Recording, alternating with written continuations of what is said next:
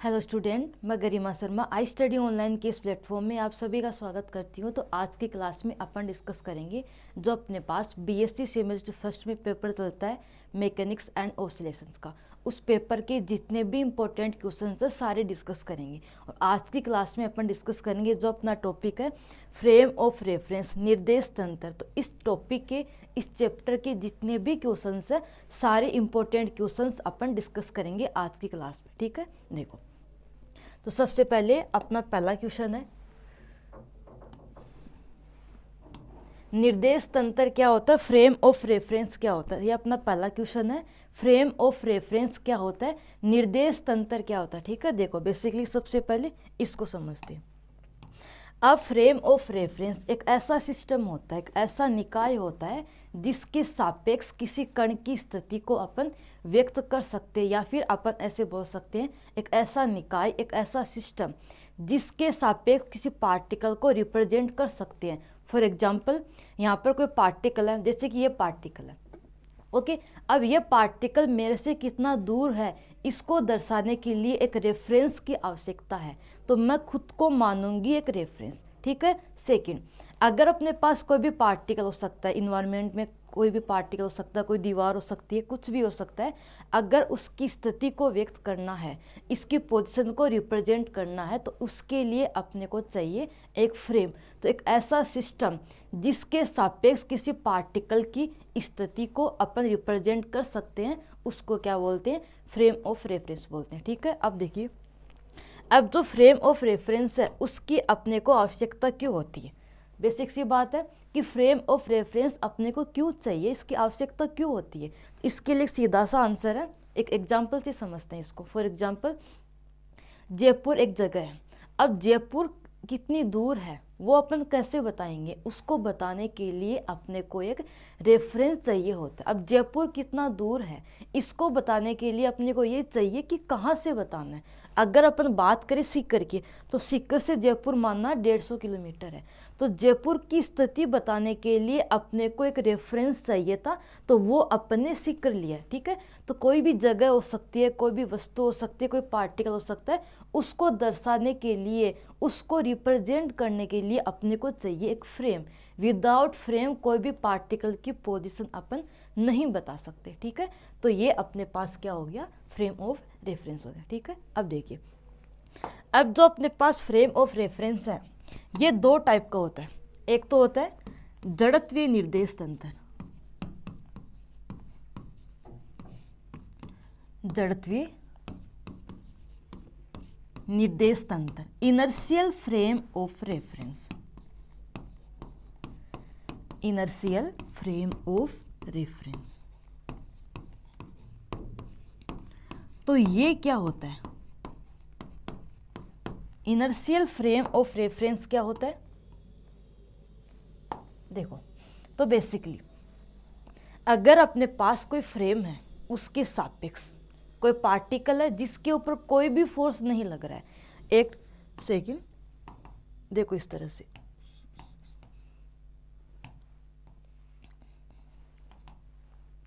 ये एक पार्टिकल है P, इसके ऊपर कोई भी फोर्स नहीं लग रहा। ठीक है, मीन्स इसके ऊपर एक्सटर्नल फोर्स 0 है। इस केस में अगर इस फ्रेम के सापेक्ष इस पार्टिकल जो है या तो रेस्ट पर हो या फिर किसी कांस्टेंट वेलोसिटी से मूव कर रहा है, ओके, इस केस में ये जो फ्रेम है उसको बोलते हैं अपन इनर्शियल फ्रेम। क्या बोलते हैं, इनर्शियल फ्रेम। वापस सुनना ध्यान से, अगर अपने पास कोई पार्टिकल है उसके ऊपर कोई भी फोर्स नहीं लग रहा, मीन्स अब्सेंस ऑफ फोर्स है, अब्सेंस ऑफ एक्सटर्नल फोर्स है, बाहर से कोई भी बल नहीं लग रहा। इस केस में अगर इस फ्रेम के सापेक्ष पार्टिकल या तो रेस्ट पर है या पार्टिकल किसी कांस्टेंट वेलोसिटी से मूव कर रहा है, इस केस के अंदर जो फ्रेम है उसको बोलते हैं अपन इनर्शियल फ्रेम ऑफ रेफरेंस। ठीक है, दूसरा होता है non inertial frame of reference. तो दूसरा अपने पास है अजड़त्वीय निर्देश तंत्र,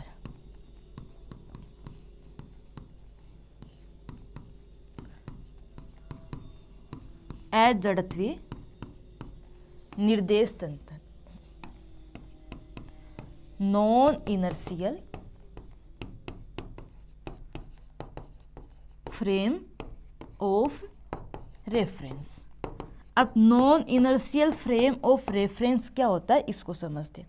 देखिए फॉर एग्जाम्पल, अगर कोई पार्टिकल है, पी पार्टिकल है, उसको किसी फ्रेम से अपन देख रहे हैं, तो अगर पार्टिकल जो पी अपने पास है उसके ऊपर बाहर से कोई भी फोर्स नहीं लग रहा, इसके बावजूद भी पार्टिकल अपने को किसी वेग से चलता हुआ दिखाई देता है, और जो वेग अपने पास होगा वो टाइम डिपेंडेंट होगा, मीन्स टाइम के साथ चेंज होगा, या अपन ये बोल सकते हैं पार्टिकल का जो मोशन है वो एक त्वरित होगा, एक एक्सेलरेटेड मोशन होगा। ठीक है, तो इसी फ्रेम को बोलते हैं non inertial frame of reference. ठीक है, वापस समझते हैं इसको।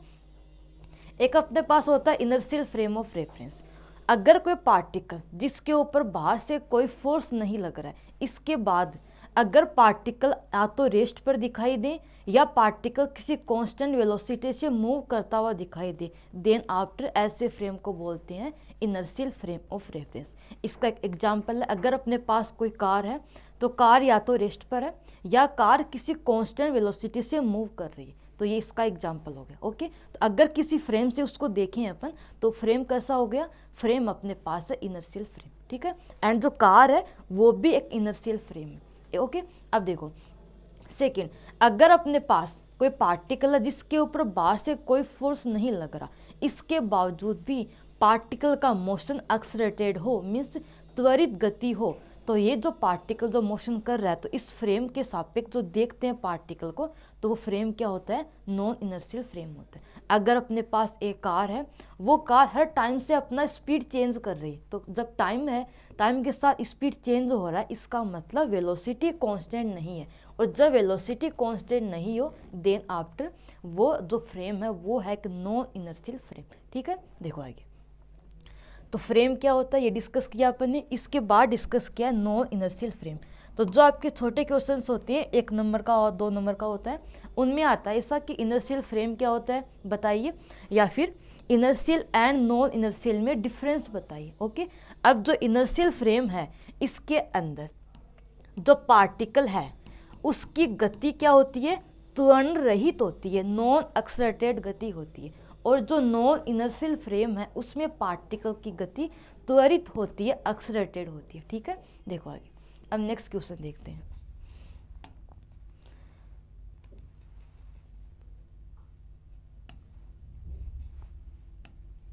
एक सेकंड,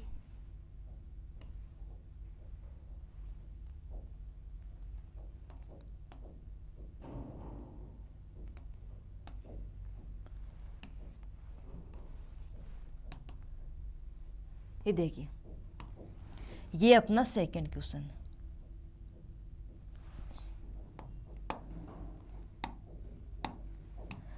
सेकंड क्वेश्चन अपने पास ये है कि जो गैलीलियन रूपांतरण समीकरण है उनको व्युत्पन्न कीजिए। गैलीलियन रूपांतरण समीकरण का व्युत्पन्न कीजिए, तो अपने को ड्राइव करनी है गैलीलियन ट्रांसफॉर्मेशन इक्वेशन। ठीक है, अब देखिए ध्यान से, अब बेसिकली होती है क्या है, तो इसके लिए लेते हैं अपन एक फ्रेम। तो ये एक फ्रेम है, इसको बोलते हैं एस फ्रेम, एस निर्देश तंत्र, एस फ्रेम ऑफ रेफरेंस। दूसरा फ्रेम लेते हैं,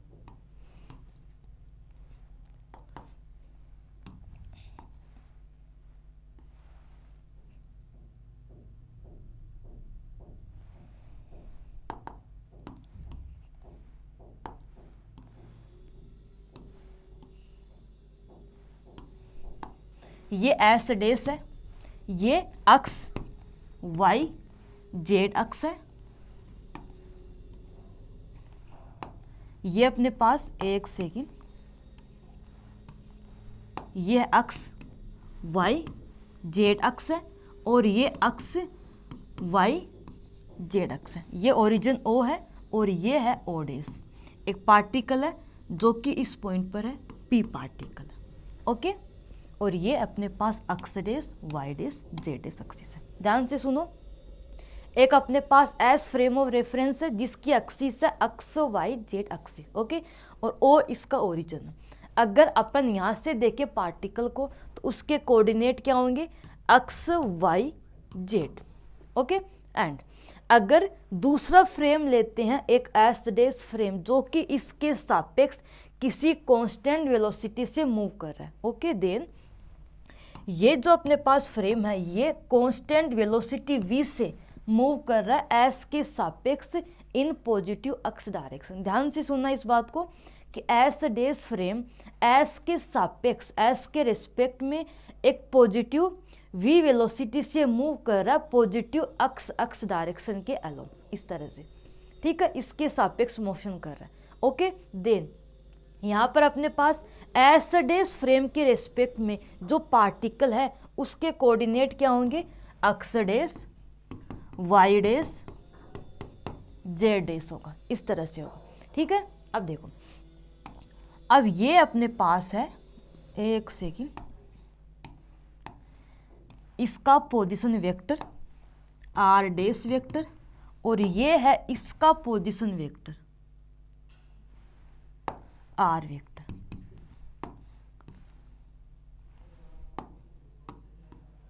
ध्यान से देखिए, पार्टिकल P है तो P पार्टिकल का एस फ्रेम के रेस्पेक्ट में जो अपने पास पोजीशन वेक्टर है वो है आर वेक्टर, और P पार्टिकल का O डैश फ्रेम के रेस्पेक्ट में जो पोजीशन वेक्टर है वो अपने पास है आर डैश। ठीक है, अब देखो, अब जो अपने पास एस डैश फ्रेम है एस के सापेक्ष किसी v वेलोसिटी से मूव कर रहा है किसी t इक्वल 0 टाइम पे। स्टार्टिंग में क्या होता है, स्टार्टिंग के अंदर दोनों फ्रेम एक दूसरे के ऊपर होते हैं, संपाते होते हैं, सुपर इम्पोज करते हैं। ठीक है, बट आफ्टर टाइम t ये तो रेस्ट पर है बट ये तो रेस्ट पर नहीं है, तो ये क्या करेगा, कुछ डिस्टेंस ट्रेवल करेगा। तो वो डिस्टेंस ये है, पहले सुपर इम्पोज कर रहे हैं बट ये मूव करेगा तो ये कुछ डिस्टेंस ट्रेवल करेगा। अब डिस्टेंस का फॉर्मूला क्या होता है, velocity into time t, velocity v है, टाइम t है। ठीक है, देखिए ये O है, ये O डैश है, ये P है। अब यहाँ पर अपन यूज करेंगे एक वेक्टर एडिशन रूल का। According to this O dash vector plus O dash P vector equal OP vector होगा। O डैश का मान है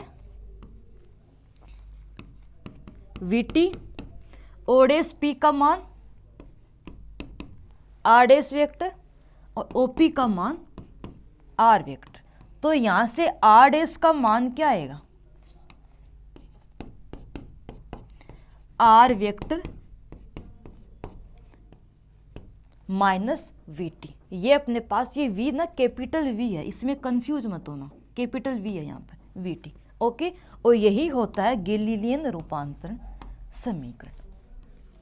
तो बेसिकली जो गैलीलियन है उसने क्या बताया, दो फ्रेम लिए, एक रेस्ट पर लिया, एक किसी कांस्टेंट वेलोसिटी से मूव करता हुआ लिया। दोनों फ्रेम के रेस्पेक्ट में जो पार्टिकल P है उसका रिलेशन क्या होगा, उसके पोजीशन वेक्टर का, उसके कोऑर्डिनेट्स का रिलेशन क्या क्या होगा। ठीक है, अगर बात करें एस फ्रेम की तो एस फ्रेम में पार्टिकल P है, उसका पोजीशन वेक्टर R है, एस डैश में R डैश है। अब इन दोनों में रिलेशन क्या है, ये है, इसको ही बोलते हैं गैलीलियन रूपांतरण समीकरण। ठीक है, अब देखो अपन बात करें अलग अलग कोऑर्डिनेट्स के लिए। अगर बात करें अपन एक्स कोऑर्डिनेट की तो इसको लिख सकते हैं x dash equal x minus VT। अगर बात करें वाई कोऑर्डिनेट की तो y dash equal y minus VT। अगर बात करें अपन जेड डैश कोऑर्डिनेट की तो जेड माइनस VT। ठीक है, V यहाँ पर क्या है, V वो वेलोसिटी है जिसके सापेक्ष एस डैश फ्रेम एस के रिस्पेक्ट में मूव कर रहा है। ठीक है, अब देखो आइए, तो अगर एग्जाम में क्वेश्चन आए गैलीलियन रूपांतरण समीकरण को ड्राइव कीजिए, उस केस में आपको ये करके आना है। बाकी थ्योरी आप खुद लिख लेना कि एक अपने पास एस फ्रेम है, एक एस डैश फ्रेम है। अब एस फ्रेम है उसकी 3 एक्सिस है, एक्स वाई जेड एक्सिस। एक एस डैश फ्रेम है उसकी 3 एक्सिस है, x dash Y dash Z dash. Okay, and इनके ओरिजिन है O डैश। इसके बाद एक पार्टिकल है, पार्टिकल P है। अब P पार्टिकल के कोऑर्डिनेट्स हैं, S के सापेक्ष ये है, S डैश के सापेक्ष ये है, और पार्टिकल P का पोजीशन वेक्टर है दोनों फ्रेम के सापेक्ष। ओके, उसके बाद एक ट्रायंगल लेते हैं ओ डैश पी, इसमें यूज करते हैं वेक्टर एडिशन रूल, जिसके द्वारा अपने पास ये आता है। ठीक है, यहाँ तक कहानी कंप्लीट होती है। ओके, अब देखो कभी कभार क्वेश्चन ऐसे भी आता है कि गैलीलियन रूपांतरण समीकरणों को वेगों के रूपांतरण समीकरण बताइए, या फिर गैलीलियन के वेलोसिटी ट्रांसफॉर्मेशन इक्वेशन को ड्राइव कीजिए। अब देखो ध्यान से, अगर आपके पास पोजीशन है तो इसका अपन वेलोसिटी भी निकाल सकते हैं, क्योंकि जो पोजीशन होता है उसका अगर करें टाइम के सापेक्ष डिफरेंशिएशन तो क्या आता है, अपने पास वेलोसिटी आता है। ठीक है, अब देखिए, अगर अब बात करें एस फ्रेम की, तो एस फ्रेम के अंदर पी पार्टिकल है, इसके कोऑर्डिनेट अक्ष वाई जेड है, इसकी वेलोसिटी के कोऑर्डिनेट यू अक्ष यू वाई यू जेड। ठीक है, एंड अगर बात करें इसके एक्सलेरेशन की, तो ये a x a y a z. इसी तरह एस डैश फ्रेम में पार्टिकल पी के coordinate x dash Y dash Z dash है, इसकी वेलोसिटी के कोऑर्डिनेट है u x dash u y dash u z dash, acceleration के सेम ऐसे ही करेंगे। ठीक है, अब देखिए, तो अगर एग्जाम में आए कि इसकी वेलोसिटी के ट्रांसफॉर्मेशन इक्वेशन बताइए, उस केस में क्या करेंगे, इसका करेंगे टाइम के सापेक्ष डेरिवेटिव, देन डी अक्ष डैश अपॉन डी टी क्या होता है, यू अक्ष डैश, डी अक्ष अपॉन डी टी यू अक्ष, माइनस वी एक कांस्टेंट वेलोसिटी है और टाइम का क्या होता है, एक होता है। सेम अपने पास y के लिए सेम होगा z के लिए। ठीक है, इसी तरह अगर अपने को निकालना त्वरण के रूपांतरण समीकरण, एक्सलेशन के ट्रांसफॉर्मेशन इक्वेशन, तो इसका करेंगे डेरिवेटिव टाइम के सापेक्ष, तो ये आएगा ए अक्ष डैश, इसका ये होगा ए अक्ष। अब v कांस्टेंट है, कांस्टेंट का डिफरेंशिएशन क्या होता है, 0। इसी तरह इसको लिखेंगे, इसी तरह इसको लिखेंगे। ठीक है, तो ये अपने पास आ गए त्वरण के रूपांतरण समीकरण। तो क्वेश्चन ऐसे आता है कि या तो अगर आपको ये पूछे कि गैलीलियन के ट्रांसफॉर्मेशन इक्वेशन ड्राइव कीजिए, तो आपको बस पोजीशन का ही करना है। अगर ये पूछे वेलोसिटी का कीजिए या फिर त्वरण का कीजिए, उस केस में आपको यहाँ तक करके आना। ठीक है, लिखो इसको। अब देखते हैं अगला क्वेश्चन। देखिए,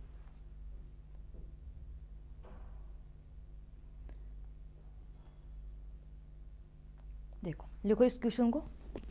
ठीक है, देखो अब इस क्वेश्चन को करते हैं। इसमें क्या बोला है, इसमें ये बोला गया है कि दो पार्टिकल हैं, उन पार्टिकल का पोजीशन वेक्टर गिवन है और उन पार्टिकल का वेलोसिटी अपने को गिवन है। अपने को ये सिद्ध करना है ये। ठीक है, ये अपने को प्रूव करना है कि पार्टिकल तभी टक्कर करेंगे जब ये कंडीशन फॉलो होगी। अब देखो, बेसिकली दो पार्टिकल हैं, एक पार्टिकल ये है और एक पार्टिकल अपने पास कोई और है। एक तो ये पार्टिकल है, इसका मास माना m1। एक दूसरा पार्टिकल लेते हैं जिसका मास m2 है।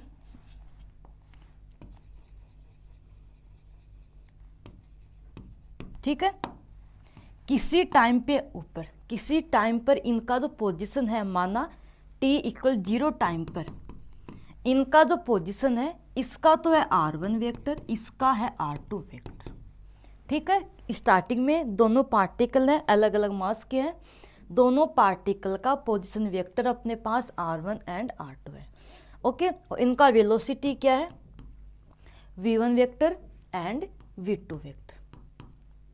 अब देखो, अब ये टक्कर करेंगे आफ्टर टाइम t, किसी टाइम पर टक्कर करेंगे। तो ये टक्कर कब करेंगे, जब इन दोनों का पोजीशन बराबर हो एक दूसरे के। ध्यान से सुनना इस बात को। कोई दो पार्टिकल है, कोई भी दो पार्टिकल ले सकते हैं, एक से एक, ये दो पार्टिकल है, ये दोनों पार्टिकल किसी t = 0 टाइम पर यहाँ पर है। इन दोनों का अलग अलग पोजीशन वेक्टर है। ठीक है, आफ्टर टाइम t, अब पार्टिकल क्या कर रहे हैं, मूव कर रहे हैं।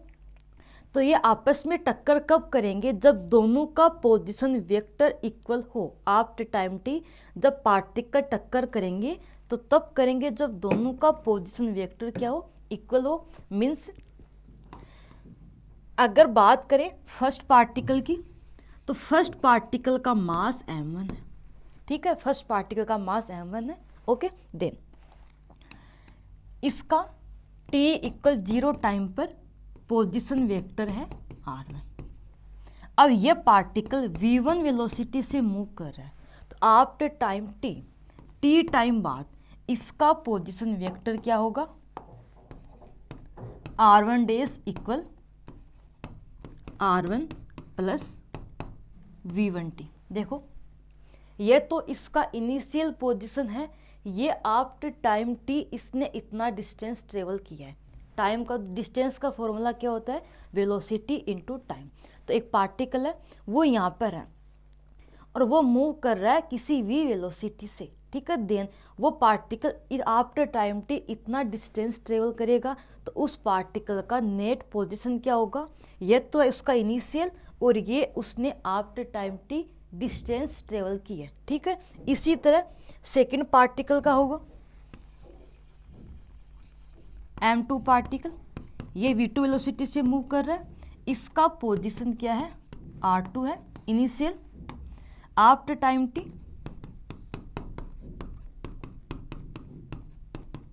इस तरह से। तो ये दोनों पार्टिकल आपस में टक्कर कब करेंगे? जब दोनों का पोजीशन इक्वल हो। Means r1 plus v1t equal r2 plus v2t। अगर r2 को इस साइड लेकर आए, इसको इस साइड लेकर जाएं और t कॉमन लेंगे, यहां से माइनस कॉमन लेते हैं,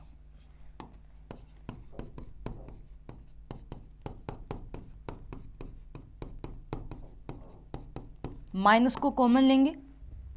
अब दोनों साइड अगर अपन क्रॉस प्रोडक्ट करें v1 माइनस v2 का, तो दोनों साइड क्रॉस प्रोडक्ट करेंगे v1 माइनस v2 का।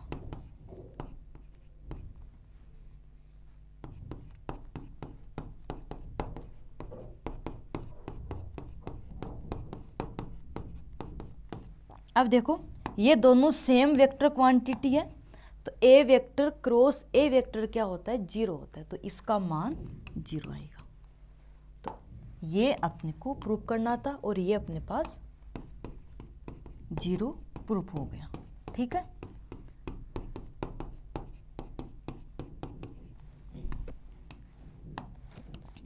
ठीक है, लिखो इसको, और यही अपने को प्रूफ करना था। ओके, अब देखते हैं अगला क्वेश्चन।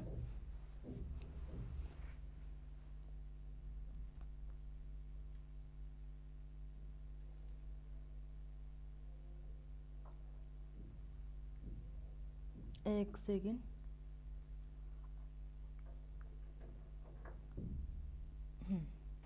देखिए ये तीसरा क्वेश्चन है।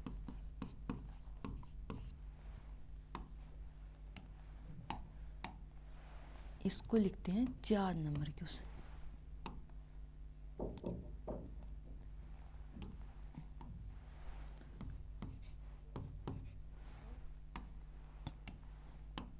क्वेश्चन नंबर 4, देखिए अकॉर्डिंग टू दिस अपने को ये प्रूव करना है कि दो पार्टिकल हैं, उन दोनों पार्टिकल के बीच का जो डिस्प्लेसमेंट है वो इक्वल रहता है, कांस्टेंट रहता है गैलीलियन ट्रांसफॉर्मेशन के अंदर, ठीक है।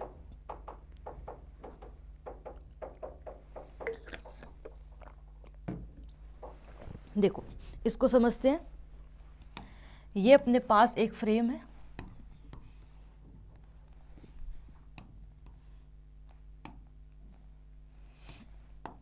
ये एक दूसरा फ्रेम है,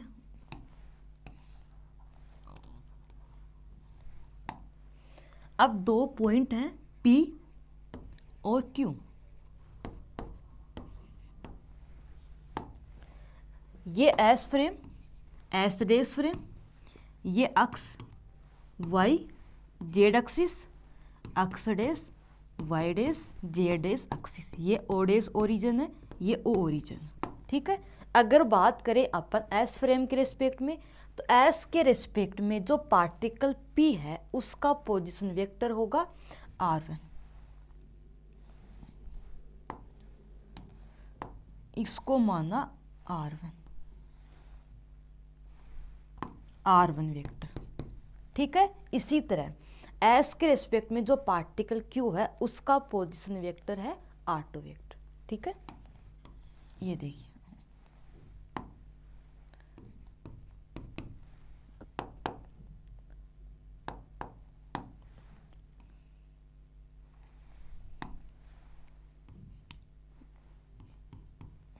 इसी तरह अगर बात करें अपन एस डैश फ्रेम की, तो पहले बात करते हैं एस फ्रेम की।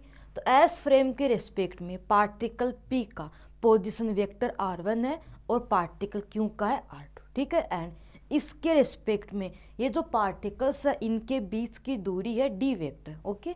माना अपने पास ऑब्जर्वर है, ऑब्जर्वर अगर यहाँ पर है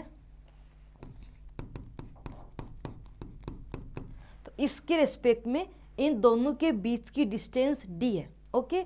अब अपने पास एक एस डैश फ्रेम है जो कि एस के सापेक्ष किसी कांस्टेंट वेलोसिटी से मूव कर रहा है। तो ये जो फ्रेम है ये इसके सापेक्ष किसी कांस्टेंट वेलोसिटी से मूव कर रहा है। तो गैलीलियन जो ट्रांसफॉर्मेशन था उसमें सेम यही सारी चीज़ें थी, एक एस डैश फ्रेम था, एक एस फ्रेम था, और जो एस डैश फ्रेम है एस के सापेक्ष किसी कांस्टेंट वेलोसिटी से मूव कर रहा था, ठीक है। इसके आगे देखो, इसके बाद में अब ये जो अपने पास पार्टिकल्स है तो एस डैश फ्रेम के सापेक्ष इनका पोजीशन वेक्टर है r1 डैश और r2 डैश।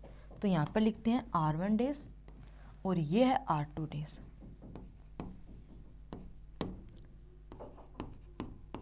और इसके सापेक्ष में अगर अपना ऑब्जर्वर यहाँ पर है देन ये देखता है दोनों पार्टिकल के बीच का जो डिस्टेंस है वो d डैश है, ठीक है। अब देखिए, अगर अपन बात करें ओ पी क्यू ट्राइंगल की तो इसमें यूज करेंगे vector additional rule O P Q. तो इसके लिए लिखेंगे O P vector plus P Q vector equal O Q vector. इसका मान r1 vector, P Q d vector, O Q r2 vector. तो d क्या होगा r2 माइनस r1 वेक्टर, ठीक है। अपने को प्रूफ ये करना है कि जो दोनों पार्टिकल हैं इनके बीच का जो डिस्टेंस है दोनों फ्रेम में क्या रहेगा, सेम रहेगा, ठीक है। देखो इसी तरह O dash P Q triangle से, तो वहां से लिख सकते हैं O dash P vector P Q vector O dash P का मान क्या होगा r1 dash vector, P Q का मान, तो यहां से d आएगा अपने पास इस तरह से। अपने को यह बताना है कि d डैश d के इक्वल होता है, ओके। अब यहाँ पर सबसे पहला पॉइंट अपने पास था गैलीलियन ट्रांसफॉर्मेशन। तो बेसिकली बात इतनी सी है, अपन उसी का यूज़ करेंगे। जहाँ पर भी ये नाम आए ना गैलीलियन ट्रांसफॉर्मेशन, तो उसकी जो इक्वेशन अभी डिस्कस की थी अपन ने उसी का अपन यूज़ करेंगे, ठीक है। देखिए तो वो अपने पास ये थी r dash equal r minus we T. दो पार्टिकल हैं तो पहले पार्टिकल के लिए ये होगी, दूसरे पार्टिकल के लिए ये होगी। अगर इन दोनों का वैल्यू यहाँ पे पुट करें तो अपने पास d डैश आएगा r2 माइनस r1।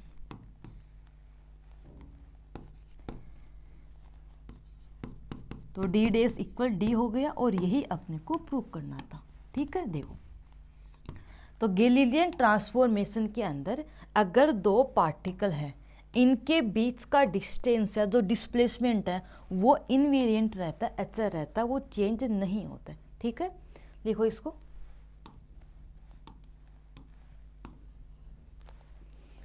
अब देखते हैं अगला क्वेश्चन।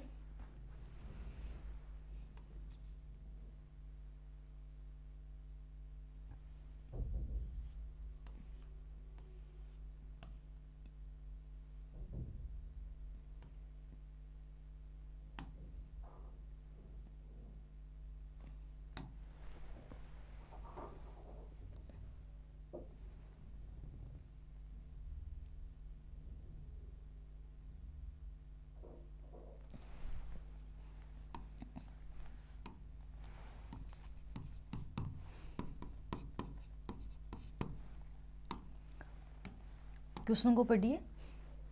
देखो क्वेश्चन में लिखा हुआ है जड़त्वीय व अजड़त्वीय निर्देश तंत्र क्या है, inertial and non inertial frame क्या होते हैं, इनके उदाहरण देकर इनको समझाना है। ठीक है, इसके बाद बोला गया है किसी इनर्शियल फ्रेम के रिस्पेक्ट में अगर कोई फ्रेम कांस्टेंट वेलोसिटी से मूव करे तो वो फ्रेम भी इनर्शियल होगी, ये बात अपने को प्रूव करनी है। ठीक है, देखो अगर मेरे पास एक तो मेरा खुद का फ्रेम है, मैं रेस्ट पर हूँ माना, और एक ये बोतल है जो कि किसी कांस्टेंट वेग से मूव कर रही। ठीक है, देन अगर मैं इनर्शियल हूँ तो मेरे रिस्पेक्ट में जो ये कांस्टेंट वेलोसिटी से मूव कर रही है ये भी इनर्शियल होगी, ये बात अपने को प्रूव करनी है। ठीक है, क्वेश्चन लिखो पहले।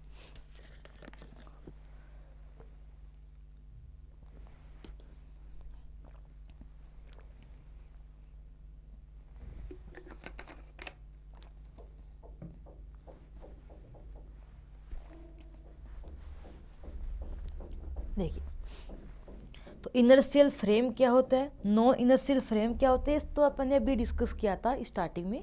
अब ये डिस्कस करते हैं कि अगर अपने पास कोई इनर्शियल फ्रेम है इस तरह से, ये एक इनर्शियल फ्रेम है। ठीक है, देखो, और ये भी एक फ्रेम है, तो अपने को करना क्या है, अपने को ये करना है कि ये जो फ्रेम है ये भी एक इनर्शियल फ्रेम होगा, इस बात को प्रूव करना है। ठीक है, तो बेसिकली जब भी नाम आए अपने पास फ्रेम का या गतिमान फ्रेम का, तो बेसिकली क्या करते हैं, दो फ्रेम लेते हैं, एक फ्रेम एस और दूसरा एस रेस। इस फ्रेम की axis x Y, Z axis, ठीक है, और दूसरी फ्रेम ये, इसकी एक्सिस एक्स रेस, वाई रेस, जेड एस एक्सिस, और ये ओ रेस इसका ओरिजिन। ओके, ये फ्रेम रेस्ट पर है तो ये है रेस्ट पर, और ये फ्रेम इसके सापेक्ष किसी कांस्टेंट वेलोसिटी से मूव कर रहा है। ठीक है, देन इसका वेलोसिटी है कांस्टेंट, तो ये एक मूविंग फ्रेम है, ये एक मूविंग फ्रेम है,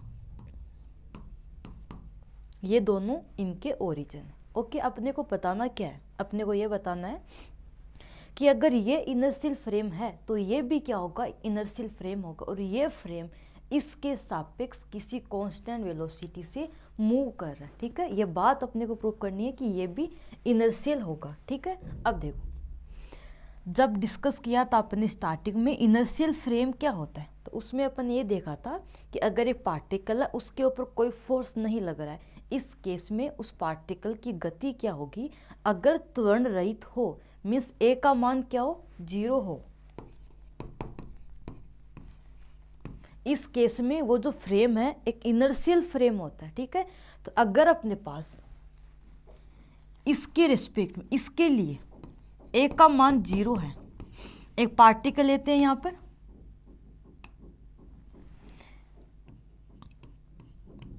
पी पार्टिकल। ठीक है, अगर इसके रिस्पेक्ट में पार्टिकल के लिए त्वरण का मान 0 है, ये तो पता है अपने को क्योंकि ये तो इनर्शियल है, क्वेश्चन में गिवन है कि एक इनर्शियल फ्रेम है, इसके सापेक्ष एक मूविंग फ्रेम है, तो ये तो इनर्शियल है, ये तो पता है, क्वेश्चन में गिवन भी है। ठीक है, बट इसका मतलब पार्टिकल जो है उसका त्वरण ए का मान तो 0 है, इसके सापेक्ष है जो, बट अपने को ये प्रूव करना है कि जो पार्टिकल है इसके सापेक्ष भी इसका त्वरण क्या होगा, 0 होगा। अगर ए डैश का मान 0 आ जाए देन ये फ्रेम कैसा होगा, ये भी इनर्शियल होगा। ठीक है, अब ध्यान से सुना, वापस सुना इस बात को।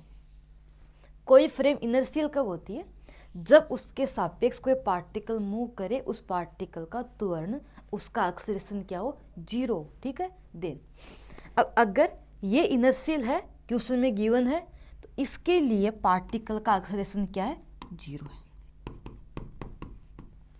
अपने को ये प्रूव करना है कि इसके सापेक्ष भी क्या आएगा, 0 आएगा। ठीक है, देखो तो जब डिस्कस किया था अपने गैलीलियन ट्रांसफॉर्मेशन इक्वेशन, उसमें देखा था एक अपने पास क्या था, त्वरण का ट्रांसफॉर्मेशन इक्वेशन था, और वो अपने पास था ए X dash equal A x,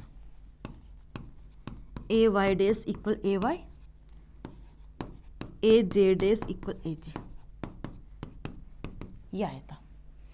ए का मान 0 है, मतलब इसका एक्स कंपोनेंट भी 0, वाई कंपोनेंट भी 0, जेड कंपोनेंट भी 0। अगर इनका मान 0 है तो ये 0, तो A dash equal A X dash I cap, A Y dash J cap, A J dash K cap. इनका मान 0, तो यहां से ए डैश भी क्या आएगा, वो भी आएगा 0। ठीक है, अब देखो एस डैश फ्रेम के सापेक्ष अगर एक पार्टिकल है, उस पार्टिकल का एक्सेलरेशन क्या है, 0 है। इसका मतलब एस डैश फ्रेम भी कैसा है, एक इनर्शियल फ्रेम है, और यही अपने को प्रूव करना था। ठीक है, लिखो इसको।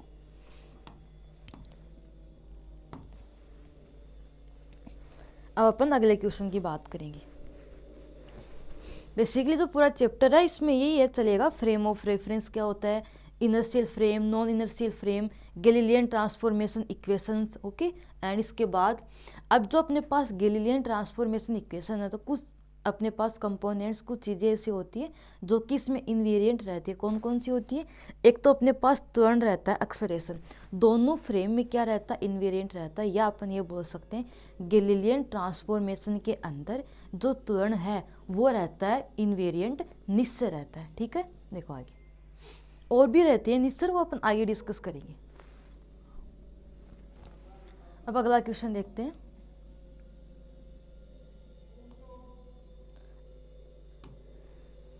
ये देखिए क्वेश्चन नंबर 6।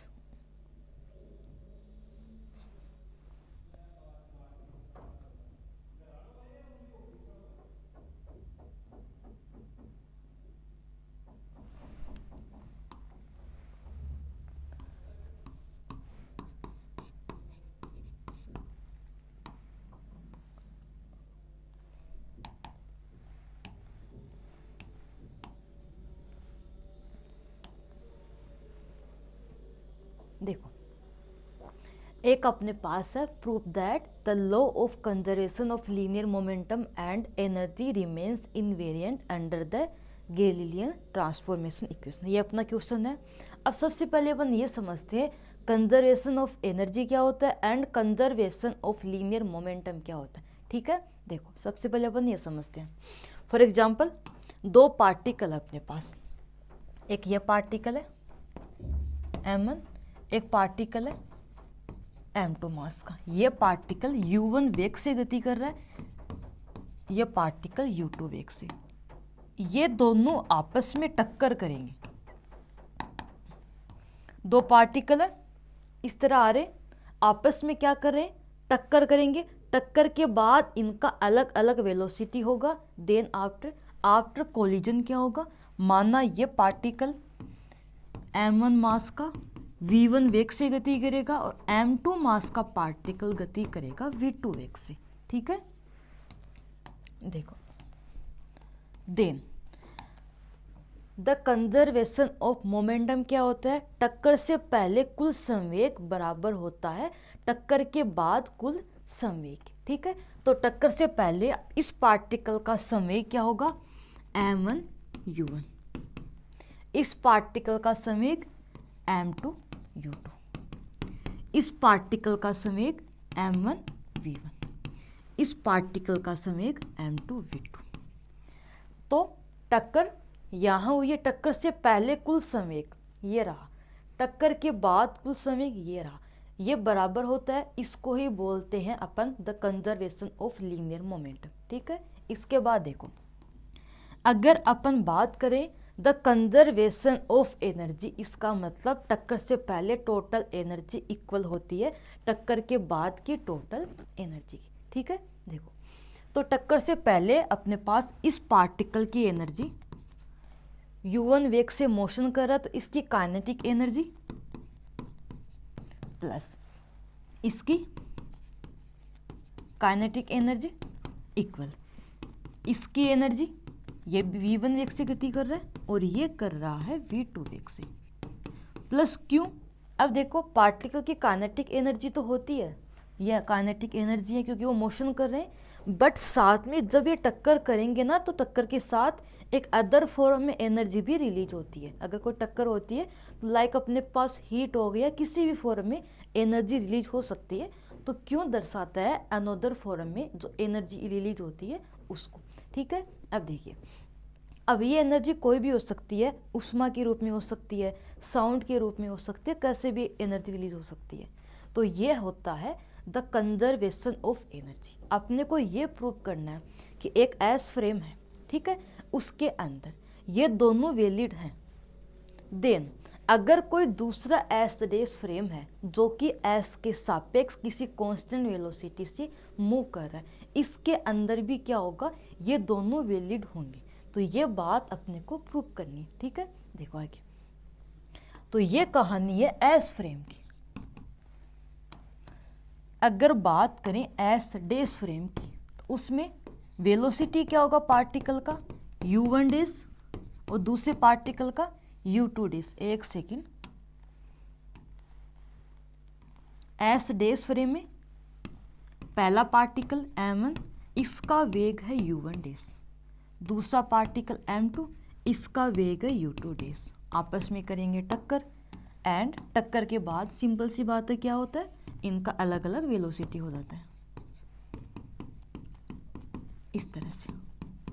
तो अपने को ये बताना है कि ये जो फ्रेम है इसके अंदर भी दोनों लॉज वैलिड होते हैं, मतलब कि ये प्रूव करना है।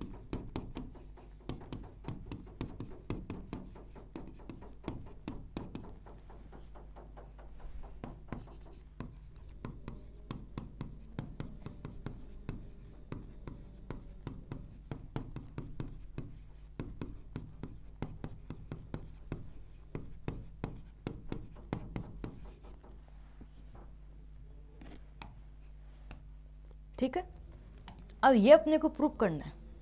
देखो ध्यान से,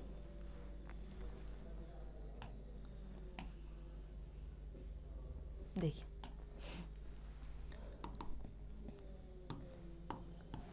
सेम जैसे हर बार करते आ रहे, दो फ्रेम लेंगे,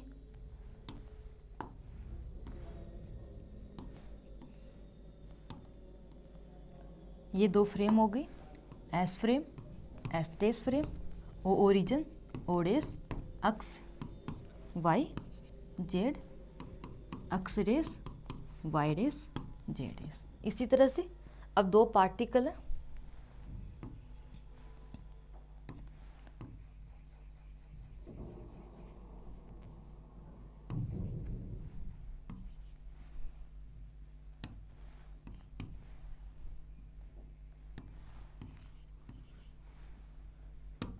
m1 m2 इनका मास है, ये एस फ्रेम है जो कि रेस्ट पर है, ये एस डेस है जो कि इसके सापेक्ष किसी कांस्टेंट वेलोसिटी से मूव कर रहा है। इसके अंदर जो पहला पार्टिकल है उसका जो वेलोसिटी है एस के सापेक्ष की बात कर रहे हैं वो है u1, एस डेस के सापेक्ष u1 डेस, m2 का u2 एस डेस के सापेक्ष u2 डेस, इसका v1 डेस, v2 डेस। ये दोनों फ्रेम के रिस्पेक्ट में इनकी वेलोसिटी है। ठीक है, लिखो पहले इसको। अब देखेंगे अपन कि इसके अंदर दोनों लॉज वैलिड है या नहीं है।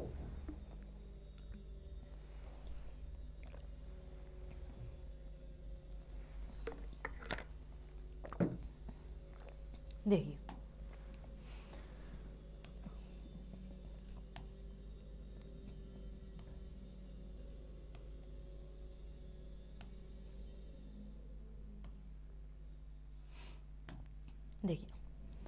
अपन ने देखा था गैलीलियन रूपांतरण समीकरण के अंदर, जब भी बात आए गैलीलियन रूपांतरण समीकरण तो आपको इक्वेशंस याद ही रखनी पड़ेगी, ठीक है।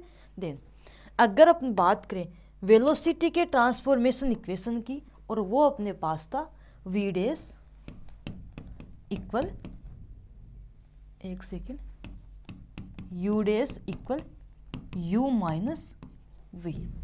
ये जो v है कैपिटल V रहेगा हमेशा। ये एस डैश फ्रेम जो है वो एस के सापेक्ष किसी कांस्टेंट वेलोसिटी v से मूव कर रहा है, ठीक है। ये वो वेग है, ठीक है। अगर अपन बात करें पहले पार्टिकल की, तो पहला जो पार्टिकल है उसके लिए क्या लेंगे, u1 डैश। फर्स्ट पार्टिकल के लिए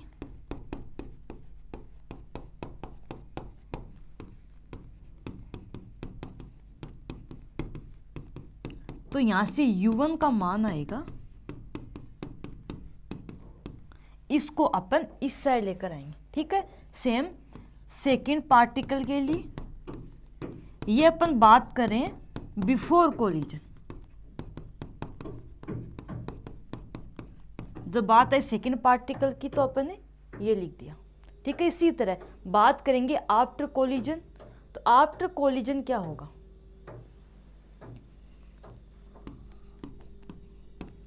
ये है एस फ्रेम के लिए एंड एस डैश के लिए, और ये कहानी है बिफोर कोलिजन।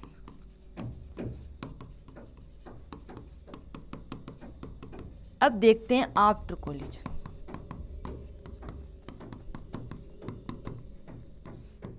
आफ्टर कोलिजन पहला पार्टिकल है और पहले पार्टिकल का वेलोसिटी v1 डैश है।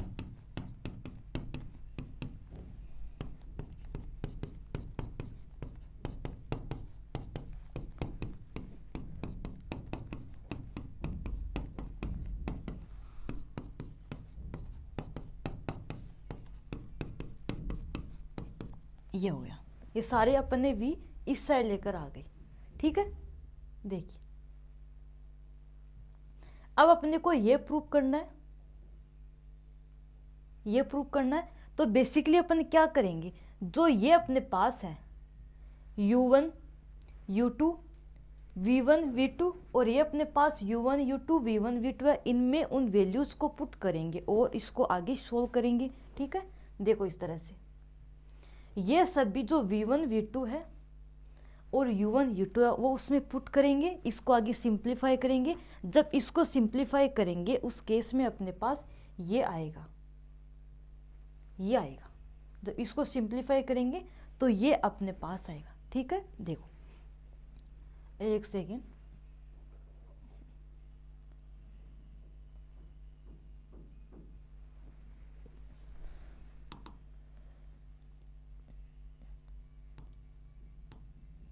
एक सेकेंड,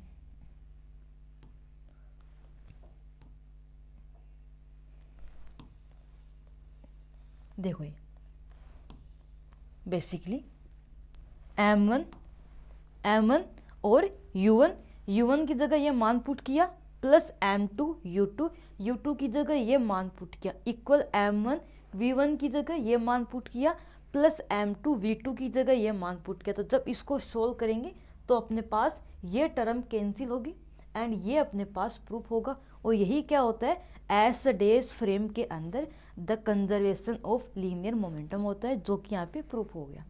सेम ऐसे बात करेंगे एनर्जी के लिए, तो जो एनर्जी अपने पास है उसके लिए देखो ये रहा हाफ m1 u1 का स्क्वायर, u1 का मान पुट किया, u2 का मान पुट किया, v1 का मान पुट किया और v2 का मान पुट किया। उसके बाद इसको आगे सोल्व किया, देखो इस तरह इसका स्क्वायर ओपन कर दिया दोनों साइड, और स्क्वायर ओपन करने के बाद जो टर्म कैंसिल होती है उसको कैंसिल कर दिया, और यहाँ से देखो u कॉमन ले लिया, ये टर्म है, एक ये टर्म है, इससे u कॉमन आएगा और ये टर्म हो गई, देखिए यहाँ पर इस तरह से, ठीक है। और यहाँ पर एक कैपिटल V लिखना, कैपिटल V क्या होगा, जो एस डैश फ्रेम है कैपिटल V वेग से गति कर रहा है, ठीक है। यहाँ पर ये अपने पास क्या है, कैपिटल V है, ओके। तो जब इसको आगे सोल्व करेंगे तो अपने पास क्या आएगा, अपने पास आएगा ये, ठीक है। और यही अपने को प्रूव करना था। इसका मतलब जो गैलीलियन ट्रांसफॉर्मेशन इक्वेशन है, इसके अंदर क्या होता है, इसके अंदर लीनियर मोमेंटम एंड जो एनर्जी है वो कंजर्व रहती है, ठीक है। तो अपन ने क्या क्या डिस्कस कर लिया अपन ने अब तक, एक तो अपन ने डिस्कस किया है कि जो अपने पास गैलीलियन ट्रांसफॉर्मेशन इक्वेशन है उसके अंदर डिस्प्लेसमेंट दो पार्टिकल के बीच का इनवेरिएंट रहता है, conservation of linear momentum invariant, conservation of energy invariant रहता है इसके। और अपन ने क्या डिस्कस किया था, एंड एक जो अपने पास त्वरण रहता है वो इनवेरिएंट रहता है, ओके। इसके बावजूद जो न्यूटन्स के लॉ होते हैं वो भी इसके अंदर इनवेरिएंट रहते हैं, न्यूटन के लॉ, ठीक है। तो जो गैलीलियन ट्रांसफॉर्मेशन इक्वेशन है उसके अंदर ये सारी चीज़ें इनवेरिएंट रहती हैं, ओके। तो ये टॉपिक जो है वो तो अपना यहाँ पर पूरा होता है। तो बेसिकली गैलीलियन ट्रांसफॉर्मेशन इक्वेशन के रिगार्डिंग जो भी क्वेश्चंस थे वो सारे अपन ने डिस्कस कर लिए। तो एग्जाम में यही आएगा, या तो इनर्शियल फ्रेम क्या होता है, या फिर नॉन इनर्शियल फ्रेम क्या होता है, या पूछ सकता है फ्रेम ऑफ रेफरेंस क्या होता है, या फिर ऐसे आ सकता है कि गैलीलियन ट्रांसफॉर्मेशन इक्वेशंस को ड्राइव कीजिए एंड दो पार्टिकल्स के बीच का डिस्टेंस जो होता है वो इनवेरिएंट रहता है, ये पूछ सकता है, या फिर मोमेंटम एंड जो एनर्जी कंजर्वेशन है वो भी इनवेरिएंट रहती है, या ये पूछ सकता है, ठीक है। एक लास्ट क्वेश्चन है वो भी अपन डिस्कस कर लेते हैं, एक सेकेंड।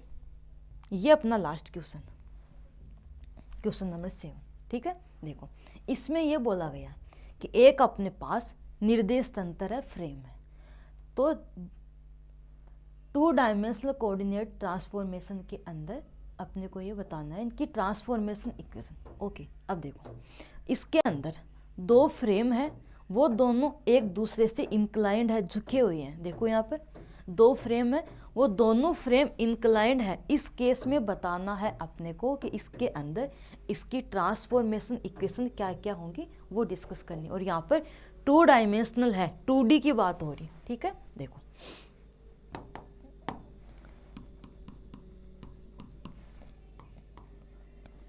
एक सेकेंड,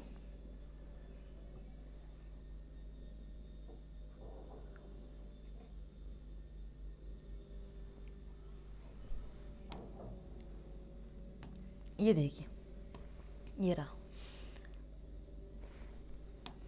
अगर अपन बात करें transformation equation in inclined reference frame, अब यहाँ पर ध्यान से देखो, यहाँ पर अपने पास दो फ्रेम है,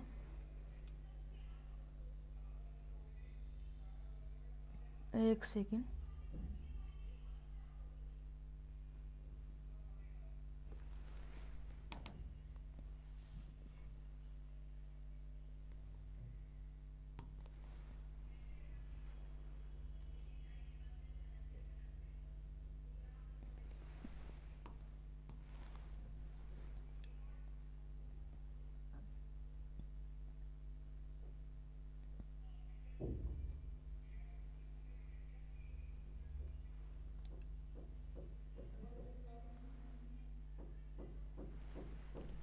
देखिए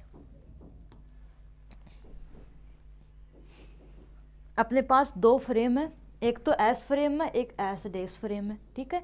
अब जो एस डैश फ्रेम है यहाँ पर 2D की बात कर रहे हैं, तो यहाँ पर 2 डायमेंशन लिया अपन ने, एक तो अक्स एक वाई।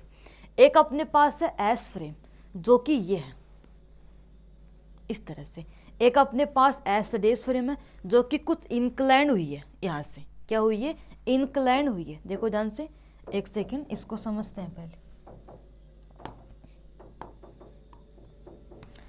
ये एक एस फ्रेम है, इसकी एक्स एक्सिस, ये वाई एक्सिस है, ठीक है। एंड अगर अपने पास एक फ्रेम है, इससे कुछ इंक्लाइंड है इस तरह से, थीटा एंगल से इंक्लाइंड है,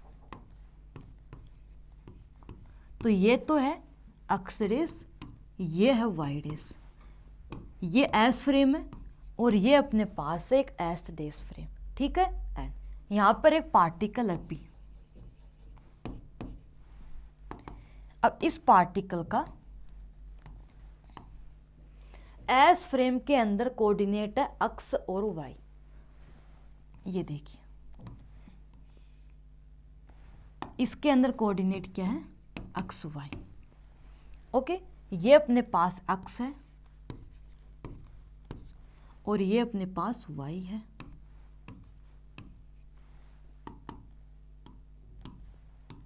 ठीक है। अब देखो सेम पार्टिकल पी है, इस पार्टिकल के इस एस डेस फ्रेम में कोऑर्डिनेट है एक तो एक्स डेस, एक वाई डेस, ठीक है। दे इस तरह से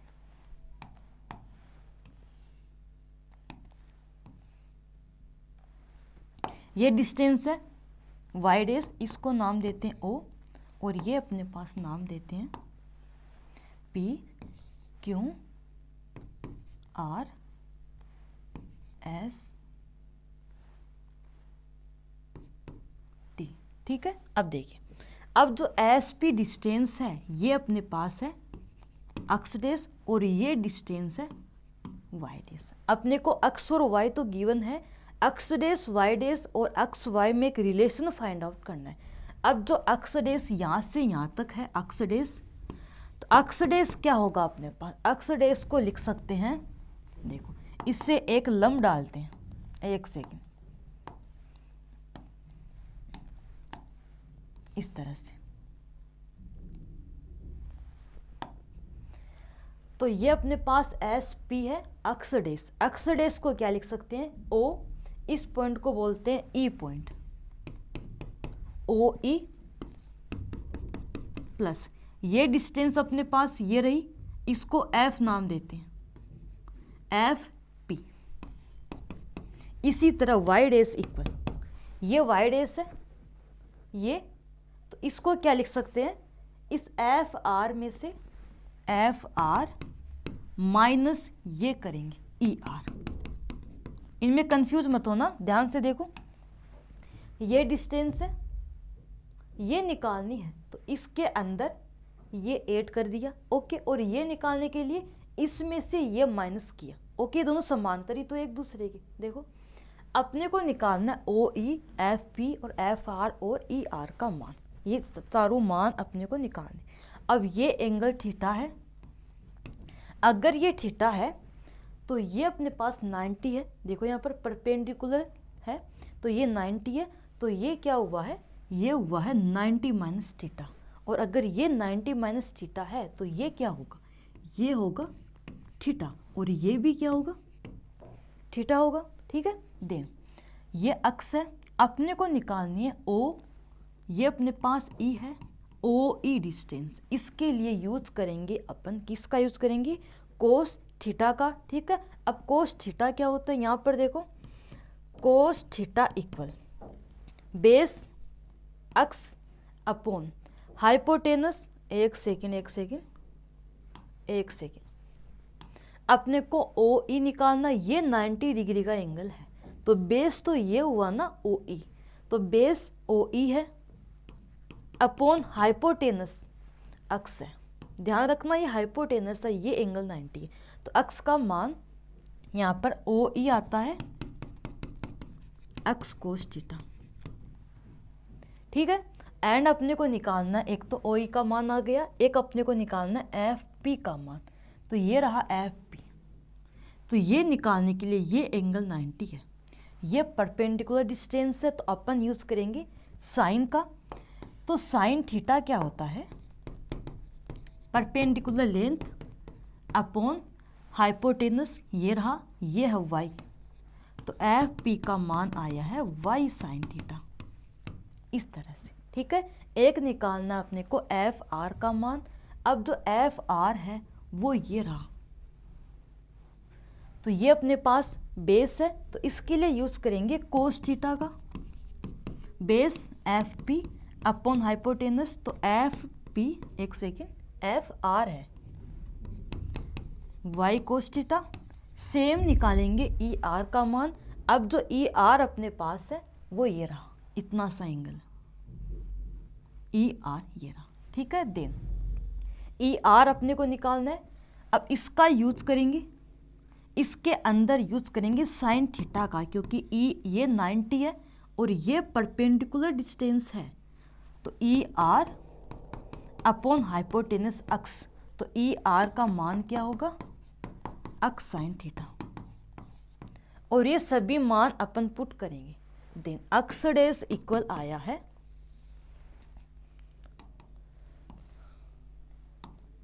अक्स डेस इक्वल ओ ई का मान क्या है, ओ ई का मान अक्स कोस थीटा है, तो अक्स कोस थीटा, एक सेकेंड,